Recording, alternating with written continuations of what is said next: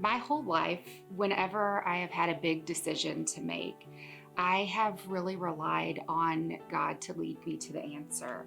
I've had the trust that no matter what was going to happen, no matter what the answer was, He would lead me to what was going to be best for me in my life. I don't think I really understood what that meant and had a grasp of it until April 1st of this year.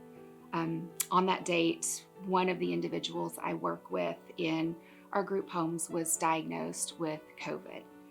And when we shared that information with the staff, who had said these people that live in this home are like our family, we'd be there for anything to care for them, no matter what happens, they all said that we had issued them a death sentence and refused to come to work.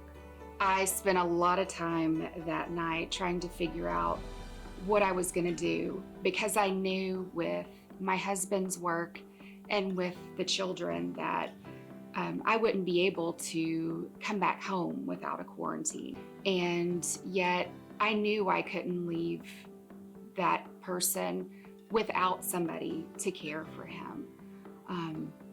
And that night I read in my Bible about Luke 14.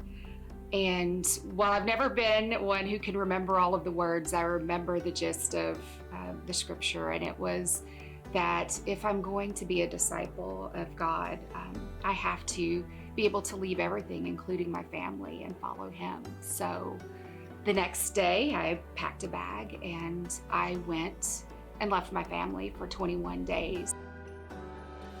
During that 14 days, I focused a lot on my relationship with God and what that meant to really trust where He was leading me.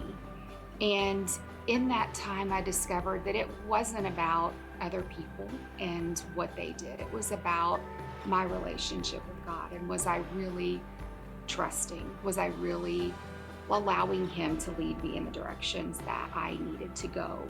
And after that, so many other things fell into place, because I finally found that peace that everything would be okay. And it was only in those moments where I truly said, okay, God, I'm not going to try and control anything. I'm not going to try and have you give me some magical answer or a sign that this is what I'm supposed to do. I'm just going to rely on my faith that this is exactly where I'm supposed to be and where you need me, whether that's about me and my family and our lives, or about being that example for somebody else.